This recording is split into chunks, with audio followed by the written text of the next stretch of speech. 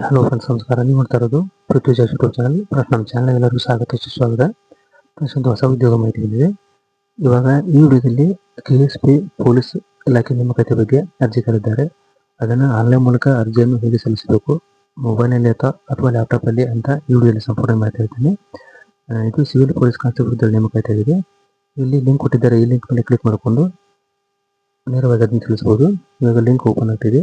ವಿಡಿಯೋನ ಎಲ್ಲಿ ಸ್ಕಿಪ್ ಮಾಡಿ ನೋಡಿ, ಹಾಗೂ ಲೈಕ್ ಮಾಡಿ ಮತ್ತು ಶೇರ್ ಮಾಡಿ, ಸಬ್ಸ್ಕ್ರೈಬ್ ಮಾಡಿ. ಆ ಲಿಂಕ್ ಕ್ಲಿಕ್ ಮಾಡಿದಾಗ ಈ ರೀತಿ ಪೇಜ್ ಓಪನ್ ಆಗುತ್ತೆ. ಇಲ್ಲಿ ಹಂತ ಕೊಟ್ಟಿದ್ದಾರೆ. ಹಂತ 1, ಹಂತ 2, ಹಂತ 3 ಅಂತ 4 ಈ ರೀತಿ ಕೊಟ್ಟಿದ್ದಾರೆ. ಮೊದಲನೇದಲ್ಲಿ ಫೋಟೋ ಅಪ್ಲಿಕೇಶನ್ ಫಾರ್ಮ್ ಓಪನ್ ಆಗುತ್ತೆ. ಸೆಕೆಂಡಲ್ಲಿ ಪಾವತಿ ಬರುತ್ತೆ. ಮೊದಲನೇದಲ್ಲಿ ನಾವು ಅಪ್ಲಿಕೇಶನ್ ಕ್ಲಿಕ್ ಮಾಡಿದ ಈ ರೀತಿ ಬರುತ್ತೆ. ಇಲ್ಲಿ ನಿಮ್ಮ SLC ರಿಜಿಸ್ಟರ್ ನಂಬರ್ ಹಾಕಬೇಕಾಗುತ್ತೆ. SLC, CBSE, ICSE ಯಾವ್ದಾದ್ರು ರಿಜಿಸ್ಟರ್ ನಂಬರ್ ಹಾಕಬೇಕಂತ ಕೊಟ್ಟಿದ್ದಾರೆ. ಅಲ್ಲಿ ಹಾಕಿದ ನಂತರ ಕೆಳಗಡೆ ನಿಮ್ಮ ಬೋರ್ಡ್ ನೇಮ್ ಹಾಕಬೇಕಾಗುತ್ತೆ. ಸ್ಟೇಟ್ ಬೋರ್ಡು ಅದರಂತೆ ಕೇಳಿದ್ದಾರೆ. ಇವಾಗ SLC ನಂಬರ್ ಹಾಕಿದೆ ನಾನು. ನಂಬರ್ ಹಾಕಿದ ನಂತರ ಅಲ್ಲಿ ಕೆಳಗಡೆ ಸೆಲೆಕ್ಟ್ ಬೋರ್ಡ್ ಅಂತ ಬರುತ್ತೆ. ಸ್ಟೇಟ್ ಬೋರ್ಡ್ ಅಂತ ತಗೊಳ್ಳಿ. ಆಮೇಲೆ ಇಲ್ಲಿರ್ತಕ್ಕಂಥ ಕ್ಯಾಪ್ಚಾವನ್ನು ಹಾಕಬೇಕಾಗುತ್ತೆ. ನಂಬರನ್ನು ಹಾಕಿ ಸಬ್ಮಿಟ್ ಅಂತ ಕ್ಲಿಕ್ ಮಾಡಿ. ಸಬ್ಮಿಟ್ ಕ್ಲಿಕ್ ಮಾಡಿದ ನಂತರ ಪೇಜ್ ಲೋಡ್ ಆಗಿ ಈ ರೀತಿ ಪೇಜ್ ಬರುತ್ತೆ. ಇಲ್ಲಿ ಆಧಾರ್ ವೆರಿಫಿಕೇಶನ್ ಆಗುತ್ತೆ. ಅಲ್ಲಿ ಚೆಕ್ ಬಾಕ್ಸ್ ಮೇಲೆ ಕ್ಲಿಕ್ ಮಾಡಿಕೊಂಡು ಪ್ರೊಸೀಡ್ ಅಂತ ಕೊಡಬೇಕಾಗುತ್ತೆ. ಪ್ರೊಸೀಡ್ ಕೊಟ್ಟ ನಂತರ ನಿಮ್ಮ ಆಧಾರ್ KYC ಓಪನ್ ಆಗುತ್ತೆ. ಇವಾಗ ನೋಡಿ, KYC ಓಪನ್ ಆಗಿದೆ. ನಿಮ್ಮ ಆಧಾರ್ ಸಂಖ್ಯೆ ಹಾಕಿ. ಆಧಾರ್ ಸಂಖ್ಯೆ ಹಾಕಿದ ನಂತರ ಕೆಳಗಡೆ ಆ ಅಗ್ರಿ ಅಂತ ಬಟನ್ ಮೇಲೆ ಚೆಕ್ ಬಾಕ್ಸ್ ಮೇಲೆ ಕ್ಲಿಕ್ ಮಾಡಿಕೊಂಡು ಟಿಕ್ ಮಾಡಬೇಕಾಗುತ್ತೆ. ಅದನ್ನು ಆಧಾರ್ ನಂಬರ್ ಎಂಟರ್ ಮಾಡಿದಾಗ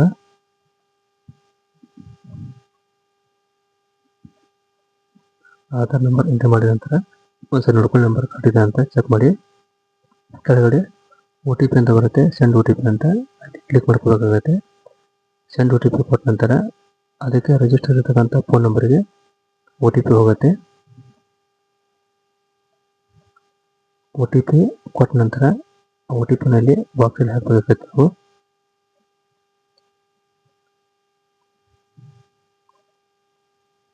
ಒಂದ್ಸರಿ ಕರೆಕ್ಟಾಗಿ ನೋಡ್ಕೊಳ್ಳಿ.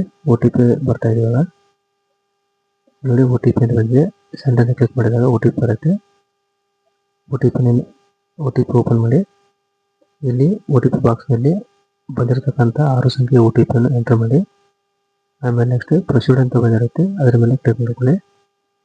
ಕ್ಲಿಕ್ ಮಾಡಿದ ನಂತರ ಈ ರೀತಿ ಅಪ್ಲಿಕೇಶನ್ ಫಾರ್ಮ್ ಓಪನ್ ಆಗ್ತಿದೆ.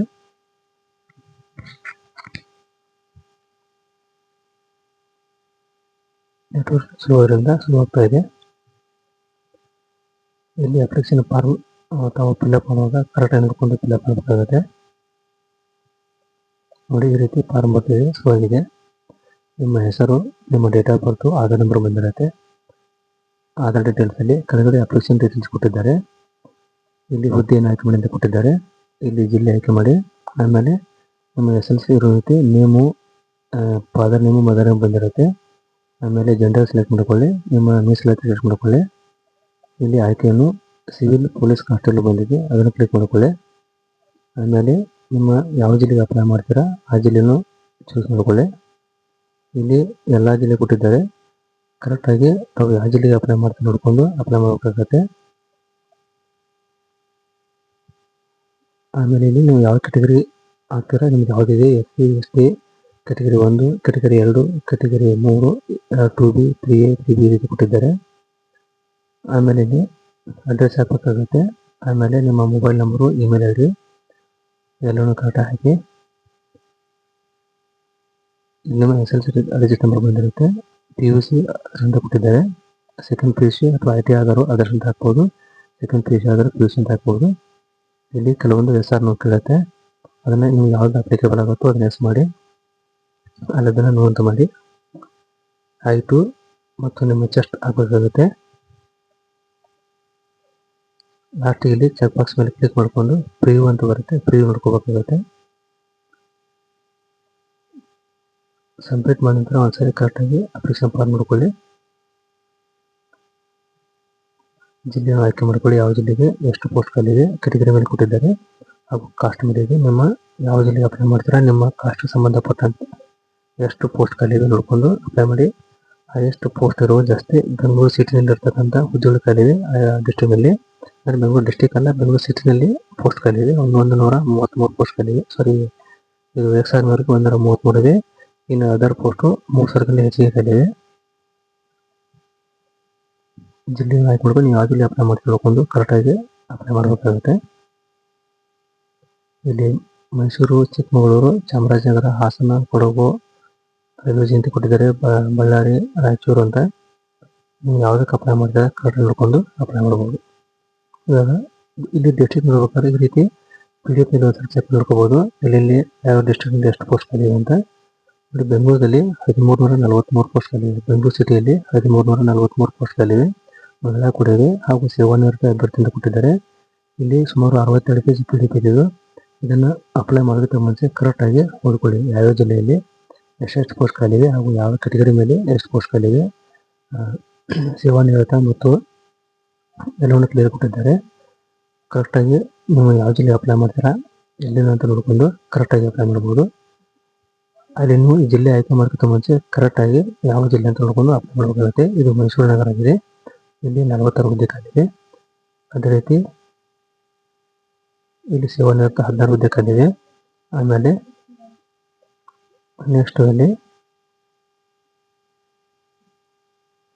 ಹುಬ್ಬಳ್ಳಿ ಧಾರವಾಡದಲ್ಲಿ ಇರ್ತಕ್ಕಂಥ ಹುದ್ದೆಗಳು 50 ಹುದ್ದೆ ಖಾಲಿದೆ. ಹೀಗೆ ಪ್ರತಿಯೊಂದು ಜಿಲ್ಲೆಯಲ್ಲಿ ಆಯಾ ಕಾಸ್ಟ್ ಮೇಲೆ ಹಾಗೂ ಸೇವಾನಿವೃತ್ತ ಅಂತ ಕೊಟ್ಟಿದ್ದಾರೆ, ಎಲ್ಲವನ್ನು ಕೊಟ್ಟಿದ್ದಾರೆ. ನೋಡಿಕೊಂಡು ಅಪ್ಲೈ ಮಾಡಬೇಕಾಗುತ್ತೆ. ಕರೆಕ್ಟಾಗಿ ನೋಡಿಕೊಂಡು ನಿಮ್ಮ ಕೆಟಗರಿ ಮೇಲೆ ಆಯ್ಕೆ ಮಾಡಿಕೊಂಡು ನೀವು ಯಾವ ಜಿಲ್ಲೆಗೆ ಅಪ್ಲೈ ಮಾಡ್ತಾರೆ, ಯಾವುದೇ ರೀತಿ ತಪ್ಪು ಮಾಡಿದೆ, ಮಿಸ್ಟೇಕ್ ಮಾಡಿದೆ ಕರೆಕ್ಟಾಗಿ ಅಪ್ಲೈ ಮಾಡಬೇಕಾಗುತ್ತೆ. ಅಂದರೆ ನೀವು ಒಮ್ಮೆ ಅಪ್ಲಿಕೇಶನ್ ಹಾಕಿದರೆ ಅದು ರೀಎಡಿಟ್ ಆಗುವುದಿಲ್ಲ. ಅದಕ್ಕಾಗಿ ಕರೆಕ್ಟಾಗಿ ಅಪ್ಲೈ ಮಾಡೋದಕ್ಕೆ ಮುಂಚೆ ಯಾವ ಜಿಲ್ಲೆಯಲ್ಲಿ ಎಷ್ಟು ವೇಕೆನ್ಸಿ ಖಾಲಿದೆ, ನಿಮ್ಮ ಎಜುಕೇಷನ್ ಏನಾಗಿದೆ ನೋಡಿಕೊಂಡು ಕರೆಕ್ಟಾಗಿ ಅಪ್ಲೈ ಮಾಡ್ಬೋದು. ಇಲ್ಲಿ ಪ್ರತಿಯೊಂದು ಜಿಲ್ಲೆಯಲ್ಲೂ ಕೊಟ್ಟಿದ್ದಾರೆ, ಕಾಸ್ಟ್ ವೈಸ್ ಕೂಡ ಕೊಟ್ಟಿದ್ದಾರೆ. ಪುರುಷ ಮತ್ತು ಅಭ್ಯರ್ಥಿಗಳಿಗೂ ಮತ್ತು ಮಹಿಳಾ ಅಭ್ಯರ್ಥಿಗಳು, ಮಾಜಿ ಸೈನಿಕರು, ಸೇವಾನಿವೃತ್ತ ಕೊಟ್ಟಿದ್ದಾರೆ. ಇವಾಗ ನಾವು ಬೆಂಗಳೂರು ಜಿಲ್ಲೆ ಅಂತ ತಗೋಣ.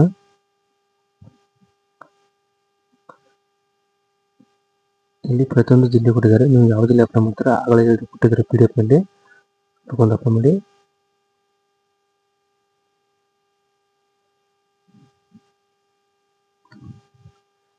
ಮಂಡ್ಯದಲ್ಲಿದೆ, ಉಡುಪಿಯಲ್ಲಿದೆ,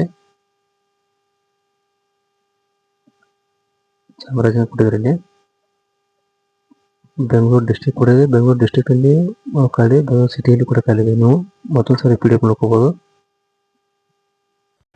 ಓಕೆ ಫ್ರೆಂಡ್ಸ್, ಇವಾಗ ಅಪ್ಲಿಕೇಶನ್ ಓಪನ್ ಮಾಡಿದಾಗ ಈ ರೀತಿ ಪ್ರತಿ ನಾವು ಡಿಸ್ಟ್ರಿಕ್ಟ್ ಚಾಯ್ಸ್ ಮಾಡ್ಕೋದು. ಬೆಂಗಳೂರು ಸಿಟಿ ಚಾಯ್ಸ್ ಮಾಡ್ಕೊಂಡು ಇವಾಗ ಹೆಸರಲ್ಲಿ ಆಟೋಮೆಟಿಕಾಗಿ ಬಂದಿರುತ್ತೆ. ಇಲ್ಲಿ ನಿಮ್ಮ ಅಡ್ರೆಸ್ಸನ್ನು ಹಾಕಿ ಯಾವ ರೀತಿ ಇದೆ ಆ ರೀತಿ ಅಡ್ರೆಸ್ಸನ್ನು ಫಿಲಪ್ ಮಾಡಿ.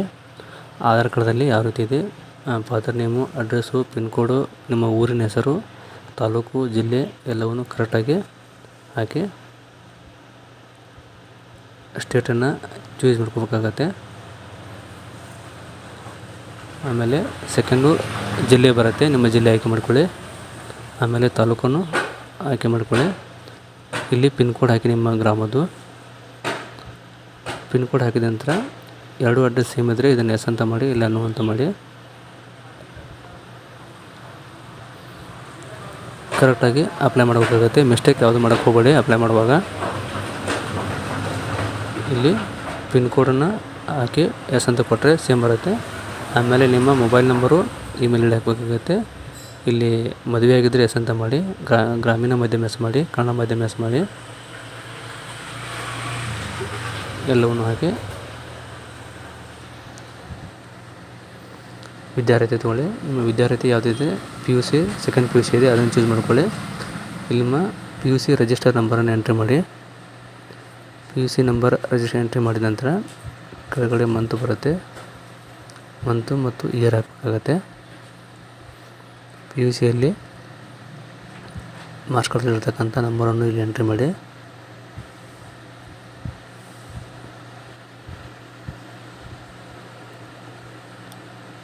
ನಿಮ್ಮ PUC ಮಾರ್ಕ್ನಲ್ಲಿ ಯಾವ ರೀತಿ ಇದೆ ಅದೇ ರೀತಿ ಹಾಕುವಾಗ ನಂಬರನ್ನು ಮಿಸ್ಟೇಕ್ ಮಾಡೋಕ್ಕೆ ಹೋಗಬೇಡಿ, ಮತ್ತೆ ರೀಎಡಿಟ್ ಆಗೋದಿಲ್ಲ. ಅದು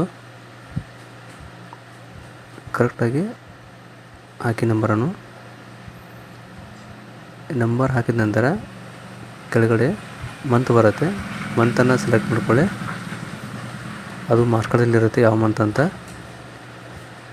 ಮಂತ್ ಸೆಲೆಕ್ಟ್ ಮಾಡ್ಕೊಂಡು ಆಮೇಲೆ ಸೆಲೆಕ್ಟ್ ಇಯರ್ ಬರುತ್ತೆ, ಇಯರನ್ನು ಸೆಲೆಕ್ಟ್ ಮಾಡ್ಕೋಬೇಕಾಗತ್ತೆ.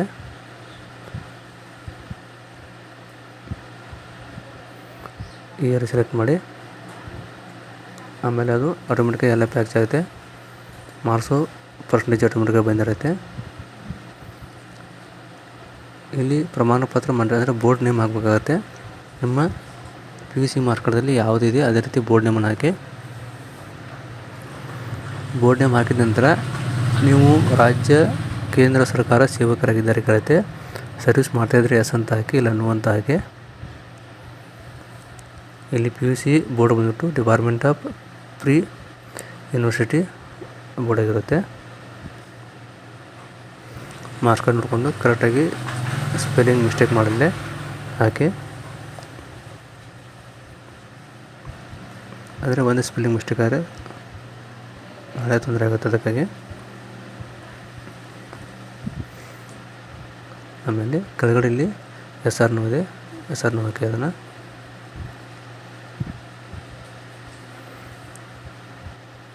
ಇಲ್ಲಿ ನಿಮ್ಮ ಆಧಾರ್ ಕಾರ್ಡ್ದ ಲಾಸ್ಟ್ನೇ 4 ಸಂಖ್ಯೆ ಆಟೋಮೆಟಿಕಾಗಿ ಬಂದಿರುತ್ತೆ.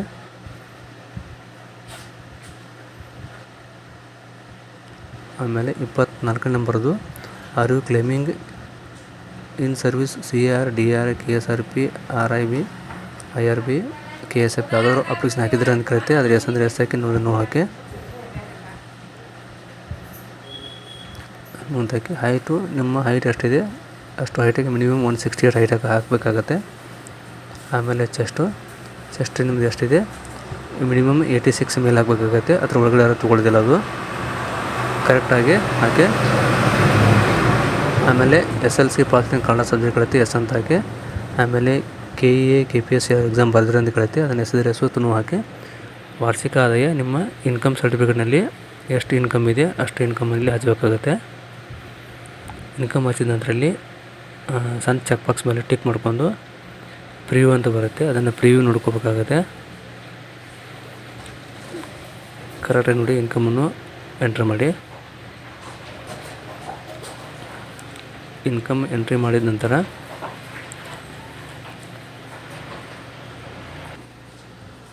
ಇಲ್ಲಿ ಎಂಟ್ರಿ ಮಾಡಿದ ನಂತರ ಮತ್ತೊಂದು ಸರಿ ಎಲ್ಲವನ್ನು ಕರೆಕ್ಟಾಗಿ ಚೆಕ್ ಮಾಡ್ಕೊಳ್ಳಿ. ಸ್ಪೆಲ್ಲಿಂಗಲ್ಲಿ ನೋಡ್ಕೊಳ್ಳಿ.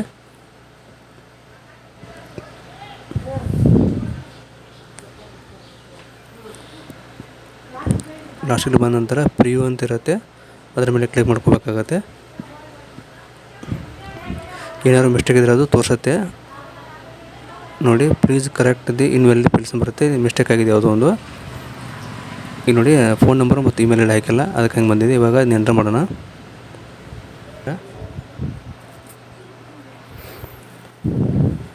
ಮತ್ತು ಪ್ರಿವ್ಯೂ ನೋಡಿ. ಪ್ರಿವ್ಯೂ ನೋಡಿದ ನಂತರ ನೆಕ್ಸ್ಟ್ ಪೇಜ್ ಹೋಗುತ್ತೆ, ಅದು ಪೇಮೆಂಟ್ಗೆ.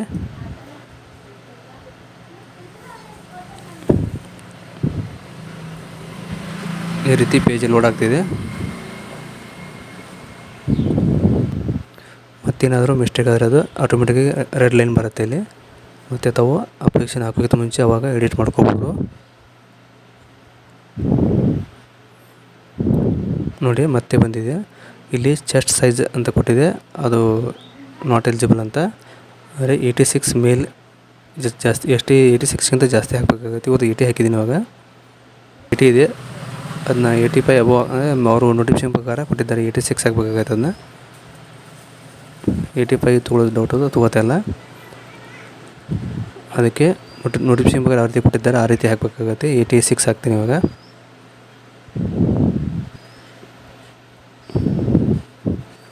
ನೋಡಿ ಮತ್ತೆ ಹಾಗೆ ಬರ್ತಾಯಿದೆ, ಪ್ರೊಸೆಸ್ ಫೇಲ್ಡ್ ಅಂತ ಬರ್ತಾಯಿದೆ. ಇಲ್ಲಿ ಕ್ಯಾಪ್ಚಾಗೆ ಪೇಮೆಂಟ್ ಕೊಟ್ಟಿದ್ದಾರೆ, ಇಲ್ಲಿರ್ತಕ್ಕಂಥ ನಂಬರ್ ಹಾಕಿ ಸಬ್ಮಿಟ್ ಮಾಡಬೇಕಾಗತ್ತೆ. ಒಂದು ಸಾರಿ ಕರೆಕ್ಟಾಗಿ ನೋಡ್ಕೊಳ್ಳಿ, ಸಬ್ಮಿಟ್ ಮಾಡೋಕ್ಕಿಂತ ಮುಂಚೆ ಏನಾದ್ರು ಮಿಸ್ಟೇಕ್ ಇದೆ ಅಂತಂದ.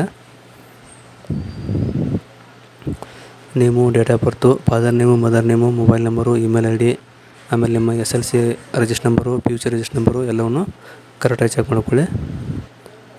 ಮಾರ್ಕಸು ಪರ್ಸೆಂಟೇಜ್ ನೋಡ್ಕೊಂಡು ಲಾಸ್ಟಿಗೆ ಇಲ್ಲಿ ಮತ್ತೆ ಸಬ್ಮಿಟ್ ಅಂತ ಬರುತ್ತೆ, ಅಲ್ಲಿ ಸಬ್ಮಿಟ್ ಮಾಡಬೇಕಾಗತ್ತೆ. ಸಬ್ಮಿಟ್ ಮಾಡಿದ ನಂತರ ನೆಕ್ಸ್ಟು ಪೇಮೆಂಟ್ ಪೇಜಿಗೆ ಹೋಗುತ್ತೆ. ಸಬ್ಮಿಟ್ ಮಾಡ್ತೀನಿ ಇವಾಗ. ಸಬ್ಮಿಟ್ ಮಾಡಿದ ರೀತಿ ರಿಜಿಸ್ಟ್ರೇಷನ್ ಸಕ್ಸಸ್ಫುಲ್ ಅಂತ ಬಂತು. ಇಲ್ಲೊಂದು ಅಪ್ಲಿಕೇಶನ್ ID ಬಂದಿರುತ್ತೆ, ಅದನ್ನು ಕಾಪಿ ಮಾಡಿ ಇಟ್ಕೊಳ್ಳಿ ಅಥವಾ ನೋಟ್ ಮಾಡಿ ಇಟ್ಕೊಳ್ಳಿ, ಅದು ಕಾಪಿ ಆಗ್ತಾಯಿಲ್ಲ. ಮತ್ತು ಇಲ್ಲಿ ಗೋ ಟು ಹೋಮ್ ಪೇಜ್ ಕೊಟ್ಟಿದ್ದಾರೆ, ಅಲ್ಲಿ ಗೋ ಟು ಹೋಮ್ ಪೇಜ್ ಹೋಗಿ ಮತ್ತು ನಿಮ್ಮ ಅಪ್ಲಿಕೇಶನ್ ಐ ಡಿಯನ್ನು ಹಾಕಿ ಮತ್ತು ಡೇಟ್ ಆಫ್ ಬರ್ತ್ ಹಾಕಿ ಮತ್ತು ಲಾಗಿನ್ ಆಗಬೇಕಾಗುತ್ತೆ. ಆವಾಗ ಫೋಟೋ ಮತ್ತು ಸೈನ್ ಕೇಳುತ್ತೆ. ನೋಟ್ ಮಾಡಿಟ್ಕೊಂಡು ನಿಮ್ಮ ಡೇಟ್ ಆಫ್ ಬರ್ತು ಈ ಅಪ್ಲಿಕೇಶನ್ ಐ ಡಿಯನ್ನು ಅಲ್ಲಿ ಹಾಕಬೇಕಾಗತ್ತೆ. ಹಾಕಿದ ನಂತರ ಫೋಟೋ ಹೋಮ್ ಪೇಜಿಗೆ ಹೋಗಿ ಇಲ್ಲಿ ಭಾವಚಿತ್ರ ಮತ್ತು ಸಹಿ ಅಪ್ಲೋಡ್ ಅಂತ ಕೊಟ್ಟಿದ್ದಾರೆ, ಅದನ್ನ ಕ್ಲಿಕ್ ಮಾಡಿದಾಗ ಅಲ್ಲಿ ಅಪ್ಲಿಕೇಶನ್ ಐ ಡಿ ಎಂಟ್ರ್ ಮಾಡೋಣ. ಆಮೇಲೆ ನಿಮ್ಮ ಡೇಟ್ ಆಫ್ ಬರ್ತ್ ಎಂಟ್ರ್ ಮಾಡಬೇಕಾಗತ್ತೆ. ಡೇಟ್ ಆಫ್ ಬರ್ತ್ ಎಂಟ್ರ್ ಮಾಡಿದ ನಂತರ ಅಲ್ಲಿ ಕೆಳಗಡೆ ಕ್ಯಾಪ್ಚಾ ಕೊಟ್ಟಿದ್ದಾರೆ, ಆ ಕ್ಯಾಪ್ಚಾವನ್ನು ಆ ಬಾಕ್ಸಲ್ಲಿ ಹಾಕಿ ಸಬ್ಮಿಟ್ ಮಾಡಬೇಕಾಗತ್ತೆ. ಅದು ಸಬ್ಮಿಟ್ ಆದ ನಂತರ ಪೇಮೆಂಟ್ ಆಪ್ಷನ್ಗೆ ಹೋಗುತ್ತೆ. ಇಲ್ಲಿ ಕ್ಯಾಪ್ಚಾ ಹಾಕೋಣ, ಸಬ್ಮಿಟ್ ಮಾಡಬೇಕು. ಇವಾಗ ಕೊಟ್ಟ ನಂತರ ಮತ್ತೆ ಪೇಜ್ ಲೋಡ್ ಆಗ್ತಿದೆ. ಇಲ್ಲಿ ಫೋಟೋ ಮತ್ತು ಸೈನ್ ಕೇಳ್ತಾ ಇದೆ, ಸೈಜ್ ಕೂಡ ಕೊಟ್ಟಿದ್ದಾರೆ. Application I D, name, date of ಬರ್ತ್ ಕೊಟ್ಟಿದ್ದಾರೆ. ಅಪ್ಲೋಡ್ ಫೋಟೋ ಮ್ಯಾಕ್ಸಿಮಮ್ 100 KB ಇರಬೇಕು, ಮಿನಿಮಮ್ 45 35 JPG ಇರಬೇಕು ಕೊಟ್ಟಿದ್ದಾರೆ. ಇಲ್ಲಿ ಅವರ ಫೋಟೋ ಮತ್ತು ಸೈಡ್ ಎರಡು ಅಪ್ಲೋಡ್ ಮಾಡಿ ಇವಾಗ ಸೇವ್ ಅಂತ ಕೊಟ್ಟರೆ ಸೇವ್ ಆಗುತ್ತೆ. ಅದು ಇದು ಸೇವ್ ಆದ ನಂತರ ನೆಕ್ಸ್ಟು ಪೇಮೆಂಟ್ ಹೋಗುತ್ತೆ.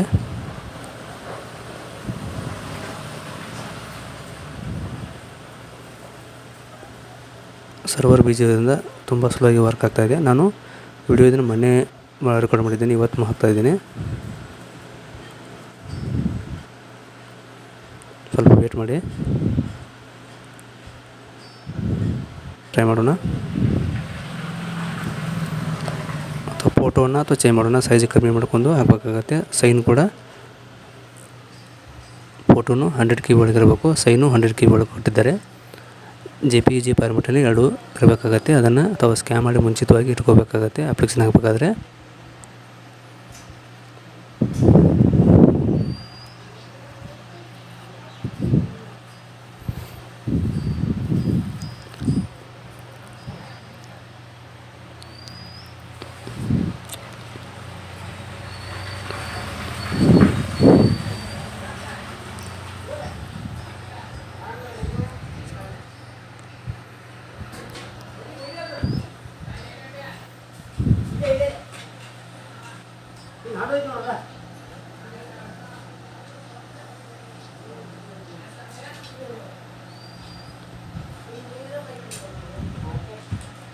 ಓಕೆ, ಸಬ್ಮಿಟ್ ಅಂತ ಬಂದಿದೆ. ಇವಾಗ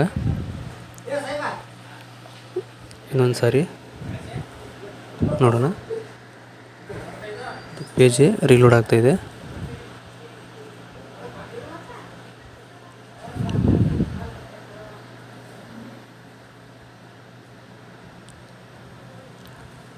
ಸಬ್ಮಿಟ್ ಮಾಡಿದ ನಂತರ ಫೋಟೋ ಅಪ್ಲೋಡ್ ಹಾಕಿದ ನಂತರ ರಿಫ್ರೆಶ್ ಮಾಡಿಬಿಡಿ. ಮತ್ತು ಪೇಮೆಂಟ್ ಆಪ್ಷನ್ ಬಂದಿದೆ. ಇವಾಗ ಪೇಮೆಂಟ್ ಹೋಗಿ UPI ತೊಗೊಳ್ಳಿ. Click to for QR code ಅಂತ ಕೊಟ್ಟಿದ್ದಾರೆ. ಈ QR ಕೋಡನ್ನು ಸ್ಕ್ಯಾನ್ ಮಾಡಬೇಕಾಗುತ್ತೆ. 750 ಅಮೌಂಟ್ ಇದೆ. ಇದನ್ನು ನೀವು ನಿಮ್ಮ ಫೋನ್ಪೇ ಮೂಲಕ ಅಥವಾ ಗೂಗಲ್ ಪೇ ಯಾವುದಾದ್ರು ಯೂಸ್ ಮಾಡ್ಕೊಂಡು ಅಮೌಂಟನ್ನು ಪೇ ಮಾಡ್ಬೋದು. ಪೇ ಮಾಡಿದ ನಂತರ ಆಟೋಮೆಟಿಕ್ಕಾಗಿ ಅಮೌಂಟ್ ಪೇ ಆಗುತ್ತೆ. ಪೇ ಆದ ನಂತರ ಅಪ್ಲಿಕೇಶನ್ ಫಾರ್ಮ್ ಜನರೇಟ್ ಆಗುತ್ತೆ. ಮತ್ತೆ ಒಂದು ಸಾರಿ ಫ್ರೀ ನೋಡ್ಕೋಬೇಕಾಗುತ್ತೆ. ನೋಡ್ಕೊಂಡು ಅದನ್ನ ಅಪ್ಲಿಕೇಶನ್ ಫಾರ್ಮ್ ಡೌನ್ಲೋಡ್ ಮಾಡ್ಕೊಳ್ಳಿ.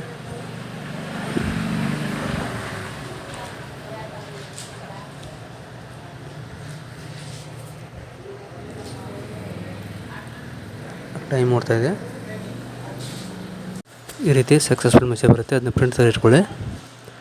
ಪ್ರಿಂಟ್ ತೆಗೆದ ನಂತರ ಅದು ಪೇಮೆಂಟ್ ಒಂದು ಪ್ರಿಂಟ್ ತೆಗೆದಿಟ್ಕೊಳ್ಳಿ. ಆಮೇಲೆ ಅಪ್ಲಿಕೇಶನ್ ಫಾರ್ಮ್ ಒಂದು ಪ್ರಿಂಟ್ ತೆಗಿಬೇಕಾಗುತ್ತೆ. ಮತ್ತು ಹೋಮ್ ಅಂತ ಹೋಗಿ ಇಲ್ಲಿ ಹೋಮ್ ಪೇಜ್ ಹೋಗಿ ನಿಮ್ಮ application number hockey date of birth ಹಾಕಿದ ನಂತರ ಅಪ್ಲಿಕೇಶನ್ ಪ್ರಿವ್ಯೂ ಬರುತ್ತೆ. ಅದನ್ನು ಒಂದು ಸಾರಿ ಕರೆಕ್ಟಾಗಿ ಚೆಕ್ ಮಾಡ್ಕೊಳ್ಳಿ. ಈಗ ನೋಡಿ ಪೇಮೆಂಟ್ ಆಗಿದೆ. ಚೆಕ್ ಪೇಮೆಂಟ್ ಸ್ಟೇಟಸ್ ಹೋಗಿ ಪೇಮೆಂಟ್ ಆಗಿದೆ ಅಂತ ಮತ್ತೊಂದು ಸಾರಿ ಕನ್ಫರ್ಮ್ ಮಾಡ್ಕೊಳ್ಳಿ.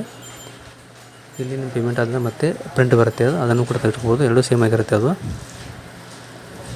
ಕ್ಯಾಪ್ಚಾ ಹಾಕಿ ಸಬ್ಮಿಟ್ ಕೊಟ್ಟರೆ ಪ್ರಿಂಟ್ ಓಪನ್ ಆಗುತ್ತೆ. ಅಪ್ಲಿಕೇಶನ್ ಪೇಮೆಂಟ್ ಮಾಡಿದ್ದು ನೋಡಿ ಆಗಲೇ ಬಂದಿದ್ದು ಪೇಜ್ ಸೇಮ್ ಬಂದಿದೆ. ಅದನ್ನ ಪ್ರಿಂಟ್ ತಗೊಳ್ಳಿ ಮತ್ತು ಹೋಮ್ ಪೇಜಿಗೆ ಇದು ಲಾಸ್ಟ್ನೇ ಸ್ಟೆಪ್ ಆಗಿದೆ ಬರೋದು. ಇಲ್ಲಿ ಪ್ರಿಂಟ್ ಅಪ್ಲಿಕೇಶನ್ ಕೊಟ್ಟಿದ್ದಾರೆ. ಇಲ್ಲಿ ಕ್ಲಿಕ್ ಮಾಡ್ಕೋಬೇಕಾಗುತ್ತೆ. Application I D, date of birth ಮತ್ತು ಕ್ಯಾಪ್ಚಾ ಹಾಕಿದಾಗ ಸಬ್ಮಿಟ್ ಮಾಡಿದರೆ ಓಪನ್ ಆಗುತ್ತೆ form. Date of birth hockey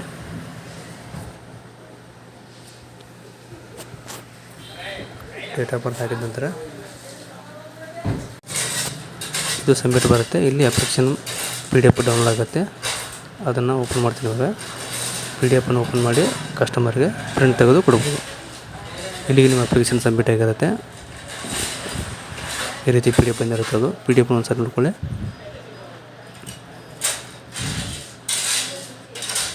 PDF open ಆಗ್ತಿದೆ. ಇವಾಗ ಈ ರೀತಿ ಬಂದಿರುತ್ತೆ. ಇದನ್ನು ಪ್ರಿಂಟ್ ಕೊಟ್ಟರೆ ನಿಮ್ಮದು ಕೆಲಸ ಮುಗ್ದಂಗೆ ಆಗುತ್ತೆ. ಕರೆಕ್ಟಾಗಿ ನೋಡ್ಕೊಂಡು ಅವ್ರ ಕಸ್ಟಮರ್ಗೆ ಪ್ರಿಂಟ್ ಕೊಡ್ಬೋದು. ಒಂದ್ಸರಿ ಚೆಕ್ ಮಾಡಿ ಪ್ರಿಂಟ್ ಕೊಡಿ. ಓಕೆ ಫ್ರೆಂಡ್ಸ್, ಇದು ಅಪ್ಲಿಕೇಶನ್ ಹಾಕೋದು ಹೇಗೆ ಅಂತ ಸ್ಟೆಪ್ ಬೈ ಸ್ಟೆಪ್ ಹೇಳಿದ್ದೀನಿ. ತಮಗೆ ಮಾಹಿತಿ ಇಷ್ಟ ಅಂದ್ಕೊಳ್ತೀನಿ. ಇಷ್ಟ ಆದರೆ ಲೈಕ್ ಮಾಡಿ ಮತ್ತು ಶೇರ್ ಮಾಡಿ ಹಾಗೂ ಸಪೋರ್ಟ್ ಮಾಡಿ. Thanks for watching. Jai Hind, Jai Karnataka.